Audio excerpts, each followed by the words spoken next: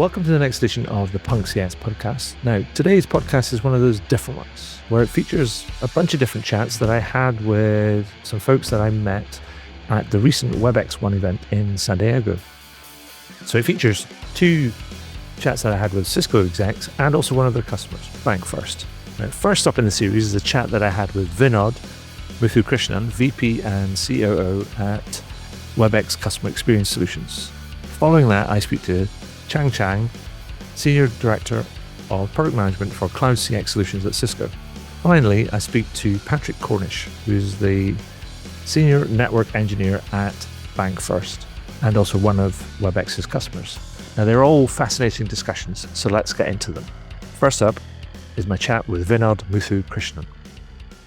So, welcome to the next edition of the Punk CX podcast. I am here at Cisco's WebexOne in San Diego. You can see the Pacific, it's over there, which is crazy. But I'm also joined by Vinod Muthukrishnan, who's the VP and CCO, Chief Customer Officer, I believe. Chief Operating Officer, forgive me, of the Webex Customer Experience Solutions sort of division. And I wanted to just say, welcome to the podcast, Vinod. Thank you.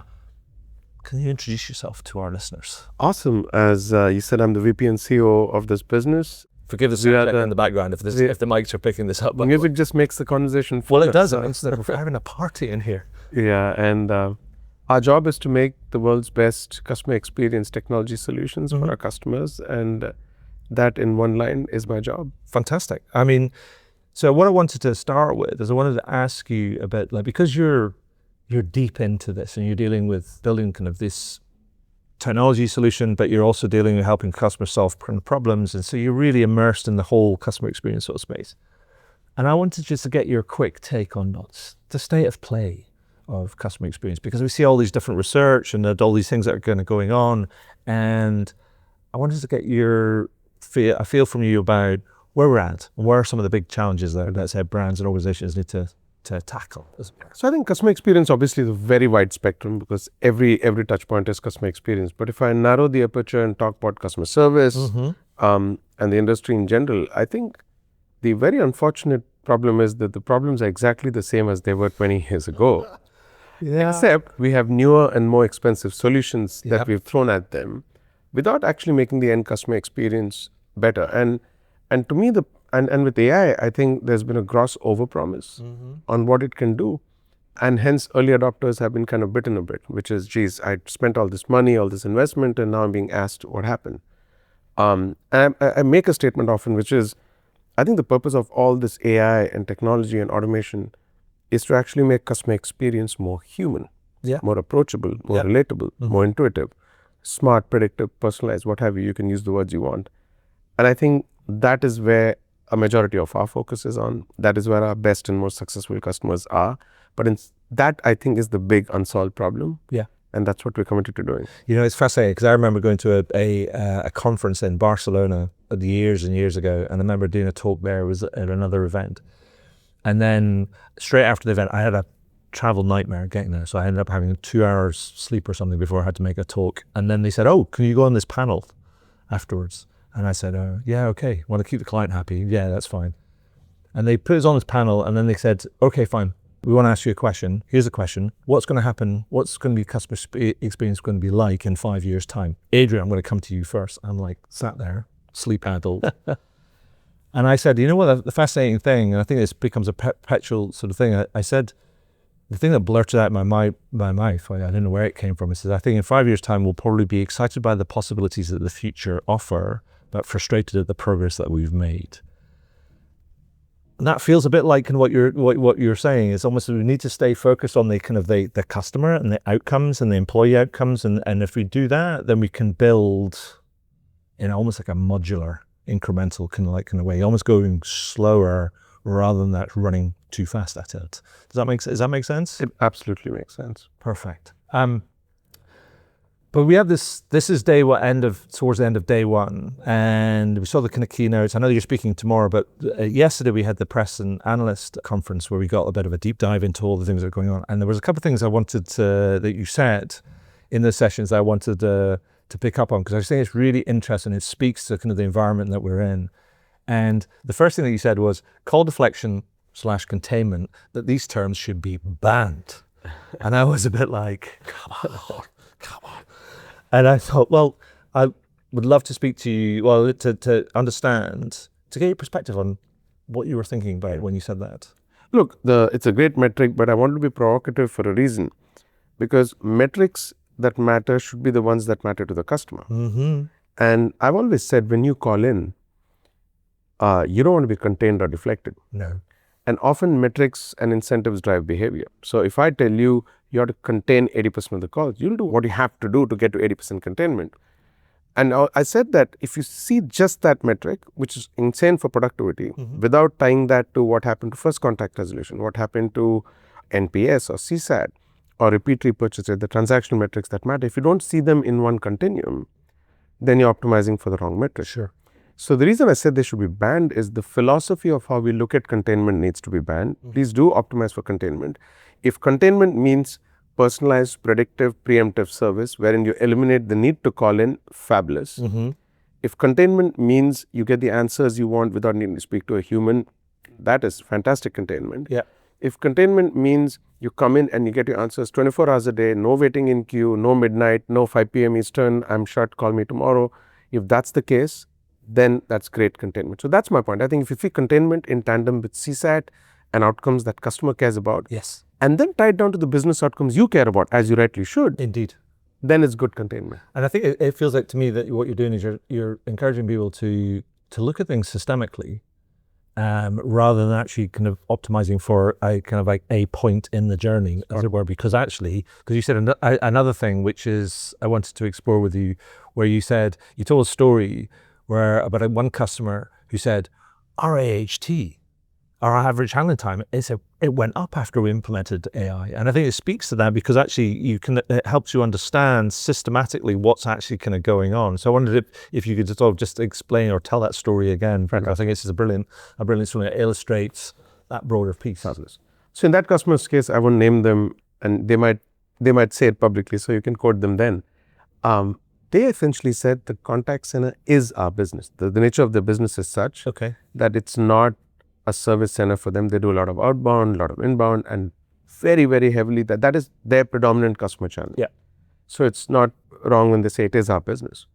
And the point is, what is the purpose of talking to a customer? Either resolve their problem, or if you're calling outbound to give them something, make sure the conversation happens. And he said, the number of things we are able to do in the same conversation because of AI, automation, this. I actually love the fact that they're on the phone for a little extra time. Sure. Because we're able to finish the conversation. They don't have to call back again for a problem.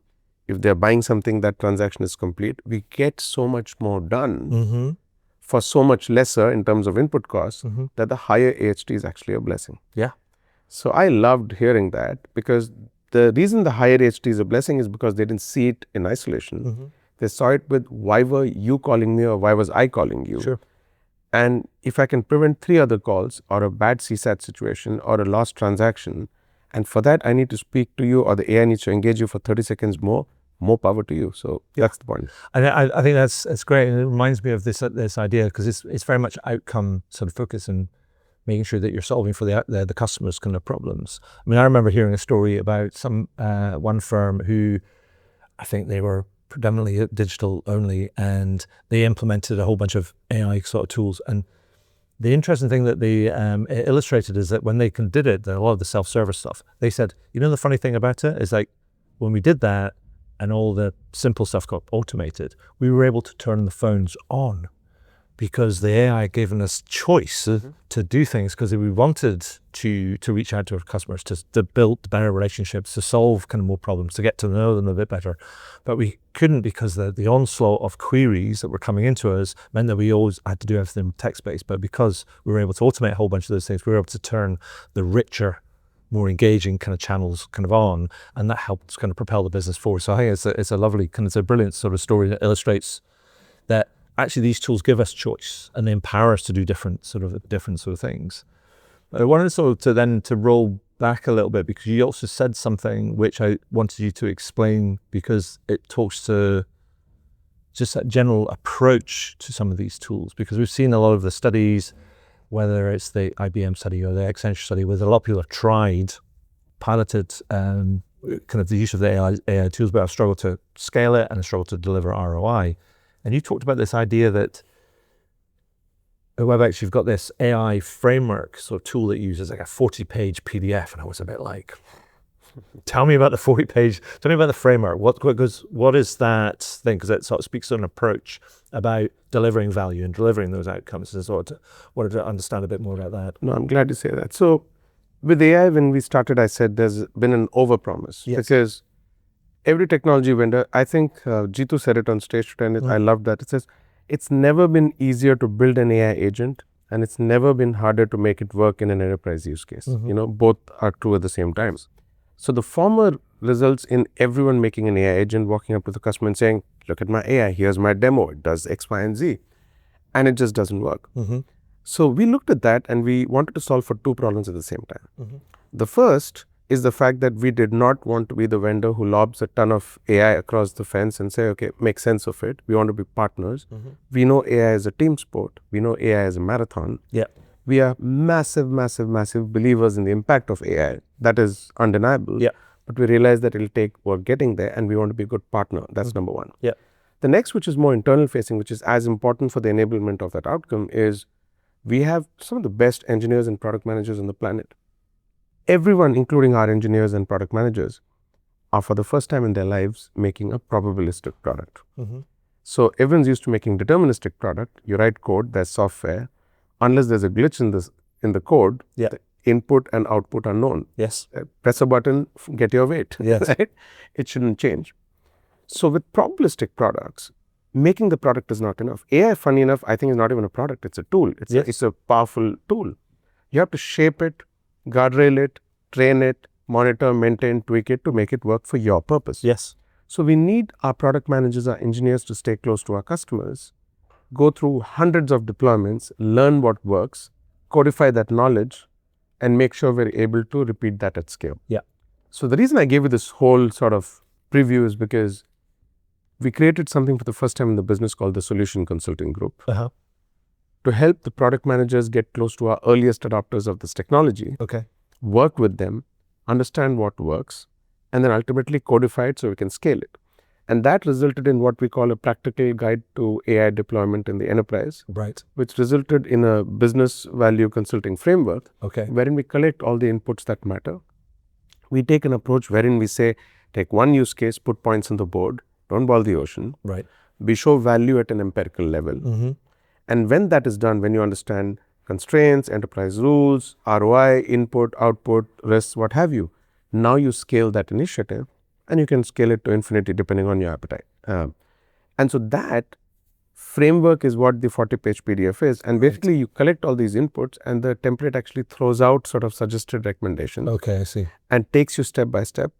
And that sort of becomes your state of the union before you start deploying AI, as opposed to take millions of dollars of AI and let's figure out how to justify the ROI of it. Yeah. So I think you make a really interesting point, because you used to actually say that AI is not the product, it's a set of tools, because it feels like many people are selling it as a tool, and it's almost like, here's a spanner, go and find a nut that you can tighten, rather than going, actually, let's look at the landscape, let's think about where your situation is. Let's use what the tools are good at to try and identify where we can generate momentum, generate ROI, and do it kind of quickly. So then you can, what I call, generate almost like organizational social capital. When you get wins on the boards, then it's like you just generate kind of more momentum behind that. And so I think that makes consensus, and it speaks to the I think a very considered approach. Like you say, this is a marathon. It's not a sprint. And also look, Cisco's been around for more than 4 decades. Yeah. We'll be around for at least 4 decades more. Everyone here is committed to that long-term future. And many of our customers have been around for a vast majority of that journey, except companies which are younger, of course. And when you look at engagements with enterprises over years and decades, not days, weeks, and months, you always tend to optimize for what's long-term good. And as I said, AI we've all consumed is a long-term marathon that needs milestones, check-ins, and we need to help our partners in these customer organizations succeed. And you don't do that without being truly consultative. Yeah, sure. And we're a partner-led org. all of our partners are also embracing these frameworks, creating their own. And all of us are going to our customers and saying, we understand this takes time. We have some of the best technology tools available in the market. Let's work with you, make it relevant to your business, show success, and then scale this initiative. Perfect. And then the final thing that I wanted to ask you about, because I thought it was a bold claim. So I thought I'd ask you about it. You said, we believe that we have the #1 CX SLA on the planet. And I was like, okay, come on. Explain that. I didn't know people were in the room when I said that. I was listening. I was like going, okay, I'm writing that one down.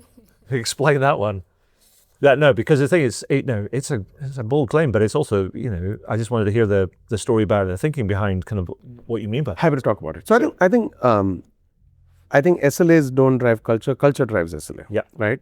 Even before we had the latest SLA in the market, I'll point out to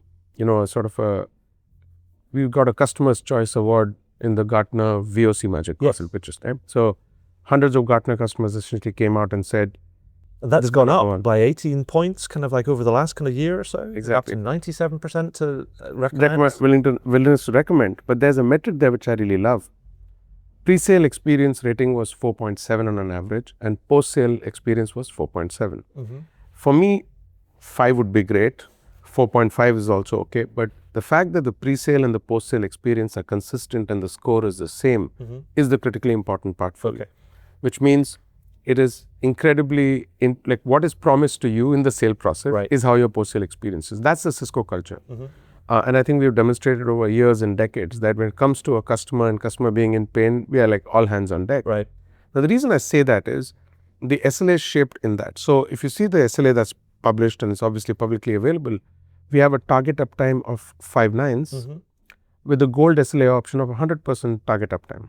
Okay. And I don't think there's a large number. No. And as I said, again, culture drives SLA, which is even in times when this documented SLA wasn't there, our customers will tell you that if they ever in strife, there was an issue, we were all hands on deck and we wouldn't hide behind paperwork. Yeah. And I think that's the important part. So that's why I said, look, the reason I say that is theoretically there could be 10 other companies that have the same SLA. I have no problem with that. But we have the best customer service culture. So that document went back with culture is why I said we have the best SLA on the planet, and I'll say that again. Perfect. I mean, it speaks to that framework that you put up where you were talking about the data centers and you were talking about the connected, future workplace, and then the business resilience that sits underneath. And that's, I think, the thing that you're speaking to is that you understand this is important for your customers, and therefore you kind of like. If I may take a moment, I'm glad you mentioned that. Look, at the heart of it, the reason security is not an afterthought in our products is because we are a multi-billion-dollar security company. Yeah. The reason resilience and uptime and DR are not like afterthoughts for us because we are a network connectivity company. Sure. So the reason AI is not alien for us, or it's not a fad we are chasing, is because we are the mission critical AI infrastructure for this age. We are helping our customers build AI ready data centers all the way down to the metal. We are building features like AI defense, which is how to safeguard, how to make sure your model is doing as expected. So everything that is critical to succeed in customer success, customer experience and AI, we run as a business outside of customer experience. Sure. So we are able to bring the technologies and the culture and just the thought philosophy around, say, security into our products. And that gives us a very unique leg up. Yeah. No, and that, I think, is the Cisco One platform kind of advantage. Awesome. And one final thing before I let you go away and sort of start kind of like dancing away to the band. He was rehearsing in the background or doing a sound check. I just wanted to ask you, what are you most excited about that's coming down the track? What's the kind of like, you don't have to tell me future plans, but what are the things that are exciting you right now? I think you heard a lot about connected intelligence, and to take a moment, look, humans collaborating with humans is the most valuable asset. But humans, we are the first generation of human plus AI workforces. So human plus AI engagement is important, and AI plus AI. The reason I say that is this needs us to foundationally reimagine every bit of the stack: technology, customer experience, what have you. So I have 2 areas of excitement. One is to just foundationally, how often in your space do you get to not build incremental stuff, but foundationally net new stuff? So the slate is clean. Sure. Right? So that is one thing I'm excited about, just build incredibly well thought out products from the ground up for a workforce which is digital and human and AI. the next is you asked me twice in different ways, which is my genuine excitement comes from building great product. Next is to make it work for our customers. Sure. And to go out and meet our customers and partners, spend time with them and putting points on the board and showing success. We want to be the vendor which says, hey, we have a smaller deployment than someone else, but it's such an insane ROI for customers that they can scale, as opposed to a quote unquote, has sold the largest AI deal. Everyone's trying to figure out what's the ROI of this success. Right. I think we all know what the end goal is. AI is going to be not transformational. It's almost an unrecognizable change in the way we live, work, collaborate, communicate, serve, what have you. But I want to make sure that we take our customers on that journey as true partners. So I'm just really excited about just going out and making these products work at our customers' locations. Perfect. Thank you so much. Vinod, that's all I have. I just want to say congratulations on all the success to date. Thank you for spending some time with me today. That's been awesome. Such a pleasure. Thank you for the conversation. Cheers. Cheers. Yeah. Nice. What a great interview. Now, without further ado, let's get into my chat with Chang Chang. Welcome back, folks. This is the second part of this podcast series that I'm doing at Cisco's WebexOne. With me now, I have a fine gentleman by the name of Chang Chang, who's a Senior Director of Product Cloud CX Solutions at Cisco. How are you doing, Chang? I'm doing well. Thank you so much for having me, Adrian. You're very welcome. Now, you're always going to do a better form of introduction than I'm ever going to do. So can I ask you just to introduce yourself to our assembled audience, which is on that we're going to be listening to the podcast? Absolutely. Working here at Cisco, focused on our Webex Cloud CX solutions. Been with Webex for a little over 3 years now. Have worked in several different product roles, including our Webex suite and within there, the messaging and Webex app products. Prior to joining Cisco, I was actually at Intuit, as well as a early stage startup doing product work as well. Fantastic. Well, thank you. So I've seen all sorts of different, as in many vendor events, it feels sometimes like you're drinking from the hosepipe, right? So you're trying to parse out kind of like signal from the noise, as it were. But I saw that you actually talked about that over the last 12 months, particularly in the contact center sort of like space, that you achieved like 200 plus new CX innovations in that sort of space. And so I wanted to ask you if you can give me some of the highlights, as it were, to give the folks that are listening and me kind of like a flavor of how the sort of the platform is evolving. Absolutely. Let's start with AI. Okay. As you heard, we have our Webex AI agent available now, both in an autonomous and scripted mode. And so autonomous is a little bit more of a undeterministic approach, and then scripted is more of a very scripted way to build your AI agent. Yeah. But what we really also focused on is knowing that our AI agent is interacting with end consumers, making sure both the digital and the voice experience was the best in industry, right? Okay.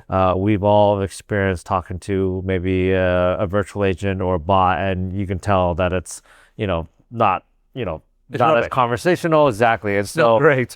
we wanted to spend and really focus on that experience, especially on the voice side, which is not an easy problem to solve. No. And make sure that we could do it securely, at scale, and delivering a great experience for an organization or brand to use and connect with their end customers. And so really excited about that innovation. In addition, for our human agents and organizations that need to empower their human agent workforce, we have our AI assistant, where we brought a multitude of features, including right now what's going to be announced is suggested responses. So this allows agents to get real-time answers and suggestions to how to respond to an end customer based off of knowledge bases and data points. Yeah. Additionally, we have our agent wellness feature, which actually will monitor and then provide proactively a wellness break for an agent as well. And then even beyond AI, we've actually done a complete refresh of our UI and UX of our agent and supervisor desktop. And it's more than just obviously it looks better, with different visuals, but we really looked at the UX to really find ways to make the work of an agent very efficient. So spatial grouping and the flow of information was all looked at to really drive that new experience as well. Well, let's face it, kind of enterprise kind of like UIs generally need a lot of work. And so that's going to, the more consumer kind of like gray that you make something, kind of the probably the better the experience for the users, whether they're at an agent level or whether they're at a supervisor level. But I wanted to come back and pick up on something that you said, because you talked about security, and that was a thing that it's been mentioned a couple of times, and it's sort of security and privacy by design. And I wanted to understand a bit that, because it's like you listed out a few things about like why Cisco, and sort of having an open platform, integration, capability, stability, all those different sort of things. But security and privacy by design was a big deal. And I want to understand, is that like a Cisco thing, or is it like a client thing, or is it both? It's yes and yes. So as Cisco, we definitely want to make sure that we continue to be a leader in the industry in security across the board. Yeah. And so given that's one of our core tenets and principles, making sure that all of the products that we have and all the features that we have are, again, by design, secured. But we also know that this has resonated with customers, especially in the new age of AI. And because of that, we're seeing a lot more heightened awareness and asks around security with AI. Okay. Just because we know that there's so much that can happen that could go wrong with AI. Sure. Right? And so we started with designing all of our AI features with the right guardrails and multi-layered guardrails. We also have our responsible AI framework that is a really rigorous process, actually, that all features that we have using AI have to go through to make sure that we are driving the right standards and being transparent, that we're driving the right security features, that we're being private, right, and everything like that. And so it really is both, to be honest. And I think it's one of the great strengths of Cisco is actually knowing that's a core value that Cisco brings. Yeah. And we're just seeing the response from customers kind of further showing the importance of that. Yeah, I mean, I was going to ask about that. Has it become more heightened in this kind of age of kind of like artificial intelligence and so on and so forth? But so it's good to hear that it's become a core value, but it's something that you're seeing reflected back from clients. So that's kind of cool too. But then I want to circle back to the kind of platform, and I want to ask you about the something that you announced, which was the sort of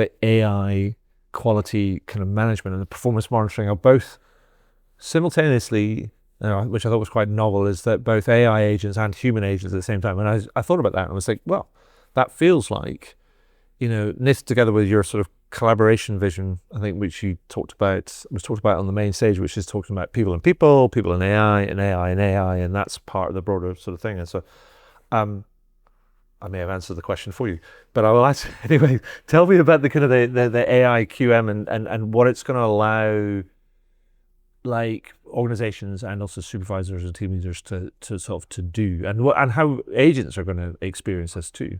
Yeah, one of the common problems we've seen is that brands and organizations want to make sure that their all interactions between, whether it's a human agent or AI agent, with their end consumer is at high quality, that it's meeting the performance standards that they're looking for. And so what we're bringing with our AI quality management feature set is the ability to look at 100% of all interactions, and whether they're AI agent based or human based, and ensure that you can drive the right level of quality and performance on all those interactions. And so we have automated scoring, additional dashboards and insights, as well as evaluation that's going to be available. One of the unique things that we did here was knowing that AI agents is becoming more common now. How do we bring all the good AI quality management capabilities to both AI agents and human agents at the same time? And so again, this is a very ground up approach to quality management that we're bringing here, and we're announcing to be released. And can I ask, is that because you also talk about being an open platform and having interoperability, because you talked about announcing kind of partnerships with Microsoft and Zoom and a host of other kind of people.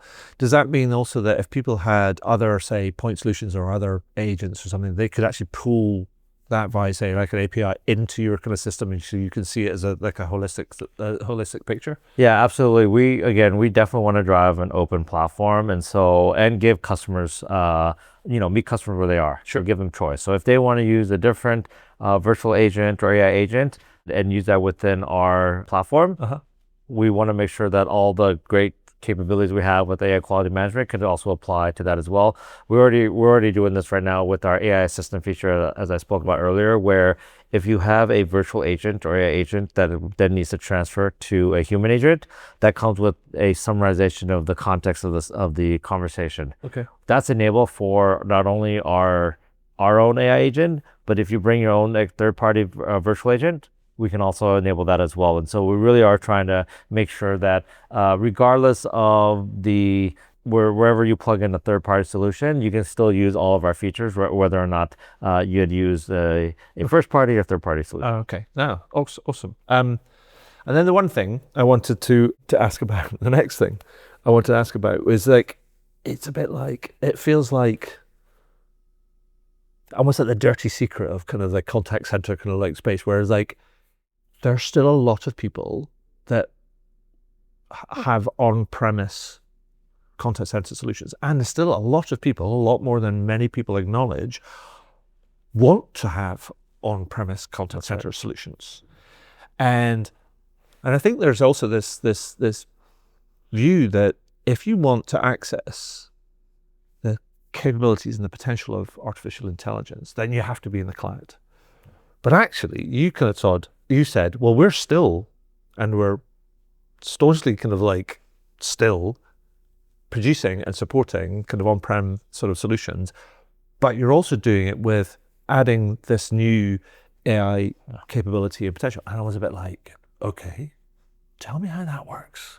Yeah, Because I think that's kind of, that's a cool thing, because a lot of people go, oh, you have to be in the cloud to get the AI sort of thing. It can't kind of work when it's not kind of like plugged in to some of the, the big kind of cloud sort of like providers. And so, yes, I just wanted to ask you to speak to that and tell me how that works. Are you sending around CDs and people have to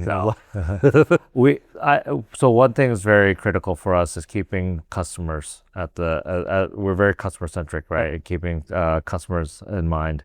And so in the whole on-prem to cloud conversation, what we heard from our customers, a lot of them either weren't ready to move to cloud or will never move to the cloud, right? Why is that? Lots of different reasons. I think, certain customers want more control over where their data sits. Others, as you've seen other geopolitical changes happen, are saying, okay, well, maybe we need to rethink our cloud strategy. And so there's a lot of, I think, different reasons why.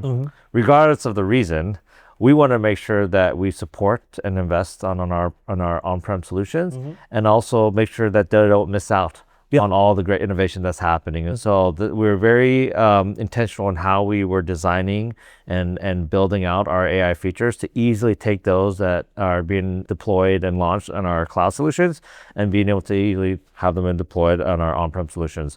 This is why the release 15 for Contact Center Enterprise was so critical, because it allowed the ability. That's the on-prem. That is the on-prem product, and the release 15, which rolled out earlier this year, had the capabilities to now bring in all those good AI capabilities. And so we actually do already have AI agents and AI assistant that'll be going into early access and trials here soon for our on-prem customers. And does that work that so you've built the artificial intelligence capability into that sort of release, but then that will just be trained on their data that sits on-prem? Or how does that? So by default, we actually do not train any of our models with the customer data unless we get explicit permissions to do so. So just to start there. So we definitely don't want to train our data if our customers don't want us to, and we will not do that, right? So that's the first premise. Now, some customers do want their models to get trained because there's better context and situation. So if we get the explicit permission, then we will do so as well. And so and the same goes for our on-prem deployments in that approach. Okay. And how does that get kind of updated? Is that just like it's kind of updated on a quarterly or 6 monthly kind of basis? Because if you're in the cloud, it's like a dynamic sort of thing. So how's the kind of the update kind of like schedule like for if you're on kind of prem? Absolutely. We have, with the release 15, now we're going to move to a more ongoing cadence of updates that we'll be able to be rolled out very easily to our on-prem customers as well. And so, yes, it's a little bit different than cloud, but at the same time, we want to make sure to make it very easy for our on-prem customers to still get all of these features without waiting for these, huge 2-year type of situations as well. Yeah. No, I just thought it was interesting because I just wanted to sort of dig into it because it's almost dispelling this myth that if you want the AI and all the kind of the big capabilities that come from that, then you have to be in the cloud. And you're just saying, actually, no, you can have it and still be on-prem. And it might be that, because I know you've also announced that you've got, so you're expanding your footprint and things, you're in like 190 different countries. If you're working with some of the biggest brands across the world, then I'm pretty sure that some of those deployments are going to be hybrid. Some of it's going to be on-prem, some of it's going to be in the cloud, depending on kind of the nature of, as you say, the data security or legislation sort of like part of it. So having that flexibility to attend to those different needs kind of like is hugely important. The one thing you didn't talk about, which is something that's really interesting to me, is, and I know that Cisco is a big player in this, is how everything integrates with your unified communications, sort of like the stack. Because I know that as self-service capabilities mature and say that it's going to help kind of reduce kind of volumes of simple queries coming into the contact center, then the likelihood that the questions that are going to be asked of your human agents, and oftentimes as things progress, your AI kind of agents are going to become increasingly complicated, and may require access to people's systems, knowledge, expertise that may not just sit in the front office, but will sit in the middle office and the back office. And so the integration and that with a sort of UC platform and that sort of cooperation collaboration that's going to be required is going to become increasingly important. I mean, what are your plans in that sort of space in terms of the closer sort of integration, kind of like, and facilitation of that collaboration to solve those more nutty problems or sort of next thing? No, we have lots of plans coming. I mean, already we're going to try to bring a unified reporting view. So those that are using, let's say, Webex calling the UCaaS provider and our CCaaS platform, they'll actually be able to see the full journey of a customer interaction from when the call comes in. And if it gets transferred, let's say, to a human agent within the contact center, still having the full view of that. And so we're already working on providing some of those benefits today, and we're working through a much more longer roadmap of a bunch of benefits that we didn't want to bring to those customers that are using both the UCaaS and CCaaS provider together, and providing those values. Things such as better management of flow. Right. And orchestration. As I mentioned, there's reporting, and then the underpinning data and analytics that comes with all that. Then also, how do we deploy agents and AI agents in all sorts of situations as well? And so a lot more to come there. But we are definitely actively working on solving some of those meatier problems that are in between the UCaaS and the CCaaS, and making sure we provide a holistic solution to those customers as well. Perfect, thank you. I mean, because it's just something when I do a lot of writing and researching and scratching my chin about where things are going to go, I'm like, surely that's going to become more important, and therefore these things, knotting them together, and then how you can more effectively orchestrate that and use different sort of technologies to understand problem identification, and then mapping it to the right sort of personnel in the right parts of the organization, and see if they're available, and fusing those things together is going to become increasingly kind of important. So it's great to hear that you're kind of like there's a lot more to come on that. But Chang, we've talked about technology to death, I think. Tell me about some brands or some not, you don't need to specify the brands, but give me a couple of examples of companies that are, what sort of journey they've gone on, what sort of challenges you've been facing, what have you done to help them, and what sort of outcomes are they're achieving, just to bring all this capability to life. One of the stories that comes to mind is using our Webex AI agent. We had a customer that was providing support 9 to 5 with human agents. Now with AI agents, they've been actually able to scale human support to provide 24/7. Now think about this as an end consumer. Instead of being confounded to a normal business day, 9 to 5, now you can reach out to a brand at any time. And so we're just seeing so much being unlocked now in terms of companies doing more, not reducing the human workforce, actually doing more with it, with AI agents. And we're already seeing it today with several customers. And so very excited to hear those stories. I think it's going to be so much more of these to come as well. I think the other thing I kind of saw was like, which is sometimes a little bit counterintuitive, where I think it was Vinod that told a story on the stage where he talked about, we've had one of those kind of brands that have actually adopted much of this new AI powered technology, and their average handling time has gone up. Yeah. But then he did, and everybody was like, "What?" And then he says, however, their first call resolution rate has gone up too, because they've been able to do more work in the call and actually driving kind of better outcomes. That's the sort of thing, is like, you can't chase the metrics, you have to kind of chase. Or you change the metrics that you're solving for, right? And there's new metrics now that are going to bring the full ROI picture together than maybe traditionally looked at. Perfect. Chang, thank you so much. Thank you so much. Pleasure talking to you. Again, what another great interview. I hope that you agree. Now, let's get into my third and final interview in this podcast.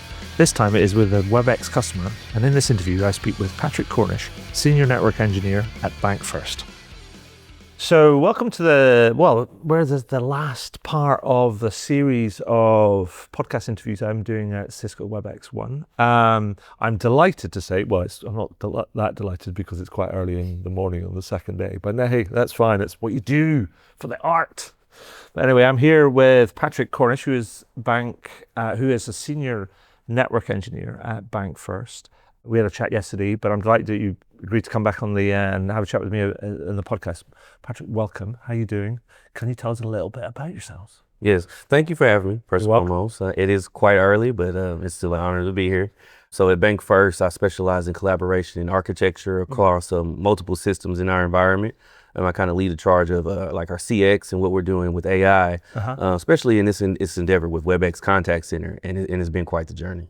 Awesome. Now, you've been here for yesterday, and we were on day 2. There's going to be a whole bunch of other things kind of going on, but yesterday was like a massive amount of sort of announcements, and you've been speaking, but we'll get to that a bit later. But just want to capture from you, what have been your highlights from the event so far? Oh goodness, it is truly a phenomenal event. I really look forward to WebexOne every year. It's kind of funny. I had, like I said, the speaking games from different things, so I was kind of enamored by that and kind of focused on that. But then I really enjoyed the keynote. There's so many takeaways. It was so much to unpack there. I can't wait for the recording to watch it back again to kind of just dive into that. I mean, from the note taker, the scheduler, there's so many new features coming to meetings that we're really excited about. As a Cisco shop, we use those through and through. Okay. So we're really looking forward to kind of extending some of those capabilities throughout, our entire ecosystem. And then on the contact center side, really giving that granular detail in the future of the sentiment, the CSAT, and new KPIs to measure. And this is going to be readily accessible in that single pane of glass for the supervisor desktop as well as the agent desktop, so we can get real-time views and statistics. Yeah. I mean, you mentioned the note taker. I have a thing that I know I was at lunch and you were there yesterday, and I thought the note taker was kind of an interesting thing because it's something I've been thinking about for ages. I was thinking about that idea is like, you have all this virtual sort of stuff and people are talking to each other and they can do the summarization, particularly if you're computer to computer, as it were, right? But I'm thinking about, well, what about all those people that are still out doing, heaven forbid, face-to-face meetings? How the hell do they could leverage that technology? And when they announced the note taker, I'm like going, dude, that's going to be great for people that are out on the road, in the field, talking to people that are not in office environments, maybe B2B sales, all that type of stuff, where you can capture that sort of stuff, just go and put it on there, let's have a chat, and then it gets uploaded, summarized, and can get action. So I thought that was a really exciting kind of thing. And also, when you were talking about Bank First, and you've got all these regional managers that are going out to speak to people kind of are on the road, it's going to be super useful for them as well. Oh, extremely, because what Cisco really does well, especially with the WebEx Suite all together. What we've had to do in the past is actually just schedule the meeting, like a WebEx meeting, and then use the AI features to actually get the transcription as well as the recording. But now with the note taker, it could be as simple as that in-person conversation. We just set it on the table, we fire it off. But the nice part about it, there's other systems and things that can do it, but I think what's really going to be a game changer for us, that's all integrated. So that same note taker information can be passed through messaging, it can be passed through chat, and we still have that one platform where we can consolidate all that information. So it's going to be really huge for how we do day-to-day operations. Absolutely. So getting back on track, it's always nice to hear from customers, and I think that's for me it's my first time at WebexOne, and what's been really interesting is to see how there were customer sort of quotes and stories that were very much front and center. You were a poster boy of the games, let's say, in inverted commas, because you were up on this big poster. And so it's always great to hear from customers, but also it shows that Cisco are also very proud of the fact that they are, according to Gartner's latest kind of CCAS report, they are one of 2 vendors in the space that are customer's choice. So it's great to speak to a customer. So I wanted to ask you to tell me a little bit more about your journey kind of with Cisco today, and also that, what you're trying to do and how you're trying to do it, kind of where you're at. How does the whole AI thing so weave into all this? I mean, I know it's a big ask, but give me a brief description of where you're at. Right. If we could summarize it, kind of start to your original point. I think with most customers, we start to look at the Magic Quadrant, and we look across that for Gartner, and Cisco's always right there, and especially to the customer choice. I've actually had the privilege to speak to Vinod in the past in some different roadshows and things they've done around CX, and he really mentioned where it is customer first, and it's just not selling the product, it's building a relationship. And I truly feel like they do that with the customer, and I think we're a living testament of that. The journey started for us actually on a premise, older version of Cisco Finesse. Okay. That we found out that while it was super great, it was there, it did all the things, it was tried and true. For where the industry is going now and the things we're needing to scale and the features we wanted to use, it didn't fully meet those needs at that time. Later on, I see if they've actually invested some more into 15.0 that actually can do some of those things. Yeah. But WebEx Contact Center as a CCAS platform has just an amount of so many robust features. We ran into some snags, like nothing's perfect, right? You have some ups and downs throughout the implementation, but was able to work through them pretty smoothly. Of course, the whole AI train comes with its own set of hurdles as well, right? Adoption, compliance, different things of that nature. Basic organization? Oh, absolutely, right. So, Cisco did a really good job of the trust portal, working on compliance pieces, and really, being open, honest, and candid about, how, secure rest and secure transit, make sure we have that encryption, make sure we have that security, make sure our tenant is private, and it's still all readily accessible for us. Yeah. So once we kind of got where we needed to be there, that was really huge for us to continue to move forward. And then as far as our approach, we kind of took that crawl, walk, run. We don't want to boil the ocean per se. So it's kind of finding small use cases in pockets, use the topic analytics actually that kind of really breaks down our data in ways we've never seen before. Okay. So we know how long debit card replacements actually take now. We know when we're having issues with online banking, how long those actually take now. And then those can be tasks that can be broken down and queryable, and then we can actually teach AI agents as well as teach knowledge to our human agents. So then we can be more informed to decrease those, right? Because we want to better handle time, we want to hire CSAT, we want to measure those KPIs, we want them to be really, really, really good, because right at the end of the day, those numbers correlate to the bottom line. And that's and are you taking those insights and piping them back into other parts of the business? So you're actually kind of because I feel the trick that people often miss is they get all this kind of analytical capability and generate all these insights, and they're like, oh, fine, we'll kind of do all these little things to help make it easy to solve those problems. But why don't you just make the problem go away? Right. That's always the answer first, right? And in an event that you can, right? Like as much as you can, right? And if not, how to circumvent it. But to your point, for us, and I hope us customers alike, you don't want to just do feature for feature's sake or just overbuild, right? Just get what you need, find your use cases, and then as you see it, it rest really starts to take care of itself, especially as you create your processes, and then you'll end up with a really good solution where you want to be. And is your focus with the whole AI thing, because I know Bank First is a financial services institution, right? And so there is all sorts of risk and regulation and compliance kind of factors that come into that in terms of how you use kind of AI. And also, am I right in assuming that you probably started more from an internal focus first rather than going to sort of the external because of that sort of landscape? Is that right? Oh, exactly right. Especially in financial services, probably I think healthcare. I've talked to a lot of different customers in the same boat, right? It's always better to start internal, and this is exactly what we did. We had an AI agent that ran internal as a help desk agent per se, and it had no actions. It was only querying knowledge, and which is with the retrievable augmented generation of what we fed it to. We don't need universal bankers or presidents or people in our loan department trying to troubleshoot their PC, and we don't need you waiting at home for extended amounts of time. If those are the low hanging fruit per se, that we kind of started to find some small ROI on just giving time back to the employee, so they're not spending it waiting on IT to resolve some issues. They're really starting to kind of build some of our use cases for the future as we hopefully prepare in 26 to go like fully customer facing, and then see where we can go from there. And the customer facing side of things, will that be more of a conversational sort of interface to try and help people self-serve on the front end, or what's the plans for that? Yes, so it will start as more of a conversational, a mix of a couple flavors. We have like a scripted and autonomous versions of that Cisco's offering on the AI agent side.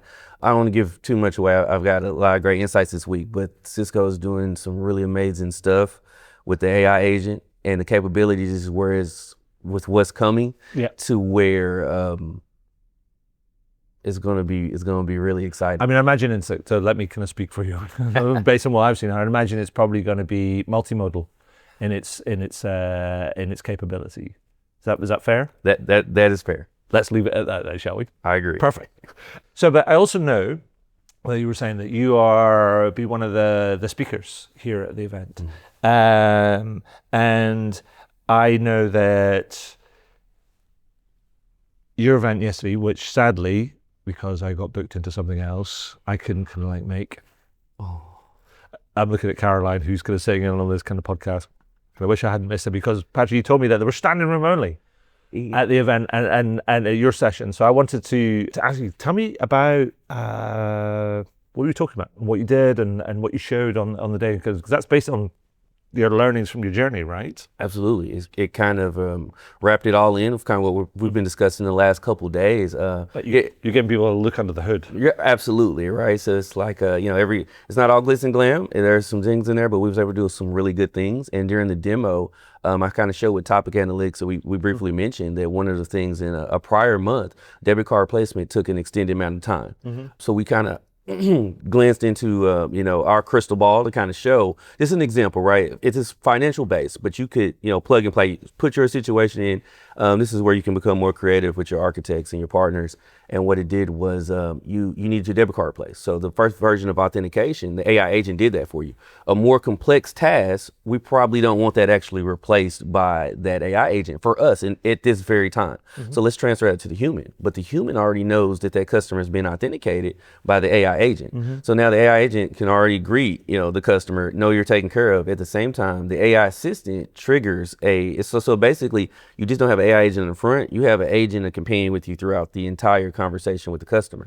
So then that agent almost theoretically sits with you on the side, and when the customer asks, hey, I would like to confirm my last transaction before we replace the debit card, I just want to make sure nothing fraud, anything never happened.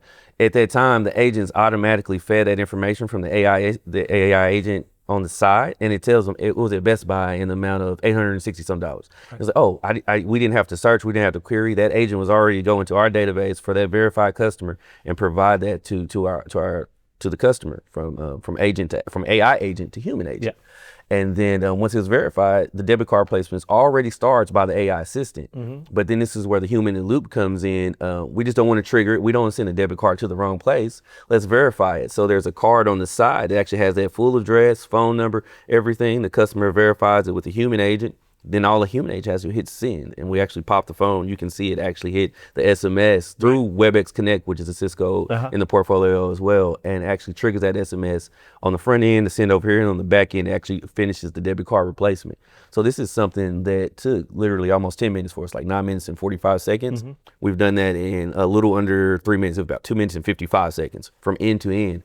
And then it's kind of talking about how it is assisting, but then the other part of taking away the low-hanging fruit per se, you're going to leave your human agents with more complex tasks and things like that, and that's where agent well-being comes into play. And then we demoed the wellness break, so we kind of we all had a nice spa moment, you know, at the end there, and we kind of brought it full circle. Nice. I mean, I think that's and I know that we talked about that a little bit yesterday at the lunch, the agent wellness, and I think it's a.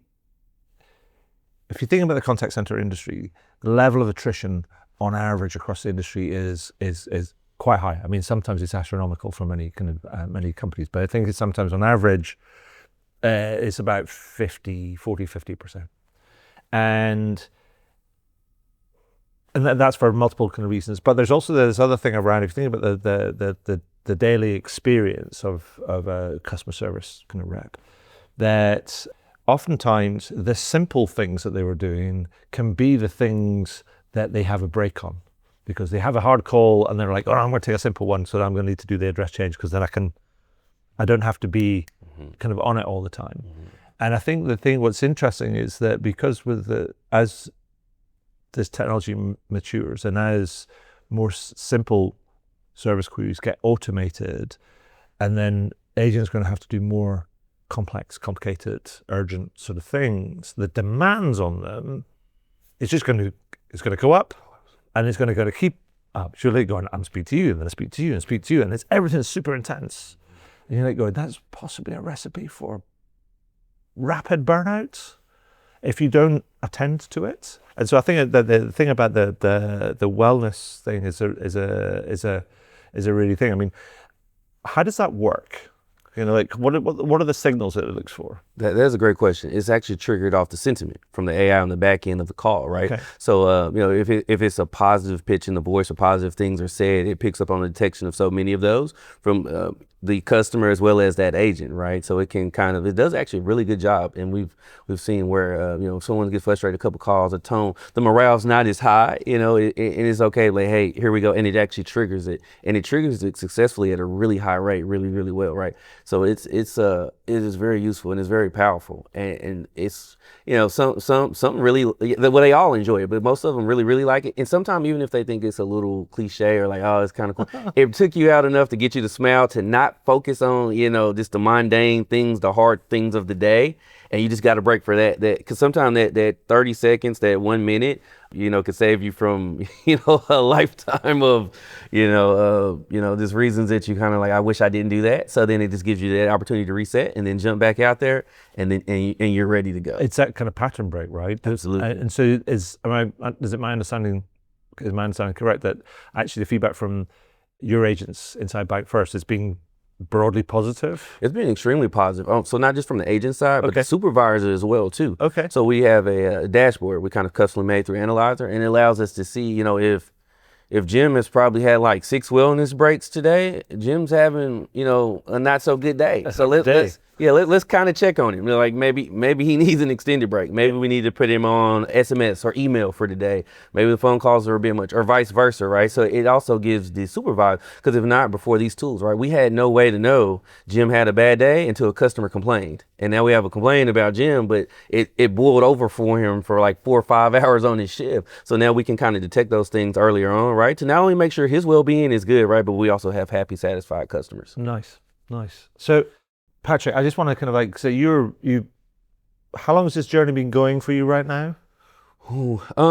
So it's interesting. We've had a prior endeavor before we did WebEx Contact Center with a different solution we don't need to name, and we kind of cut our teeth there. We did a POC for WebEx Contact Center actually around last May. Okay. That turned into our production instance. And then from there, we've been in full production since then. So I would say the entire roadmap, like 2+ years for Bank First with Cisco and WebEx Contact Center, about a year and a half, like 12, almost 18 months now, I would say. So you're pretty into it, sort of thing. This is not the paint's dry on the first coat, right? Right. So, what advice, or what would you, if given your kind of like your experience over the last sort of 18 months, 2 years, and given that we hear all sorts of reports about how people have not been able to get beyond the proof of concept stage, not being able to scale things, not being able to deliver sort of demonstrable ROI, all these different things. So given all of that and your experience to date, what are some of the biggest lessons that you've learned, or actually what would be the best advice that you would give to somebody? Say you're to yourself 18 months ago, what would you say? Do this, avoid that type of stuff. Yeah, absolutely. Don't do features just for feature's sake. Okay. Find things that's really tangible to the way you do operations every day. And if you're not sure, actually Cisco and others have them too, but there's very good business consultants out there that can help understand your environment. They help kind of curate that experience for what you need, for what you define your customer experience as. And then once you kind of get there, you don't got to do it all at once. Like we've said it before, you don't have to boil the ocean. You know, it's kind of like, I used a baseball analogy, talked to a customer yesterday. Just look for singles. You can hit singles and singles and singles, and you don't need that home run. And before you know it, you've put enough runs on the board. You probably run isn't it? There you go. So it's kind of, really take that approach, because that's what we've done, and we've seen a lot of success. It's very interesting because get to talk to a lot of other customers this week and over the last couple months and things. People are like, wow, look how far you have come. And to us, it's like when you do look back, we have came a long way, but we've sometimes even been very slow, and I've been critical, but which for good reason though. But we've took our time and step for each one of them. But those pillars do stack up, and when they come all together, it is a very enjoyable experience. Awesome. Patrick, I think we've kind of covered a lot. Anything else you'd like to add? No, it's been a pleasure. Well, thank you very much, sir. I just want to say congratulations on your session, your success to date. It's been lovely to meet you. Thank you for spending time and sharing your insight and experience with me today. It's been awesome. Thank you. Well, that's another set of interviews in the bag. Big thanks to Vinod, Chang, and Patrick for spending time and sharing their insights with me at the WebexOne event. I hope you enjoyed it. I know I did. Before we go, there's a couple of things I'd like to mention. First of all, please consider heading over to iTunes or Spotify and do leave a review. It all helps. Secondly, if you have any comments about any of the interviews I do, or have any suggestions for topics that you'd like me to explore, or people that I should interview, then feel free to send me an email to hello@punccx.co.uk. One final thing, do head over to adrianswinscoe.com if you want to find out more about me and how I work with clients in this space. Anyway, that's all for now. Thank you for listening, and do tune in again soon. All the very best.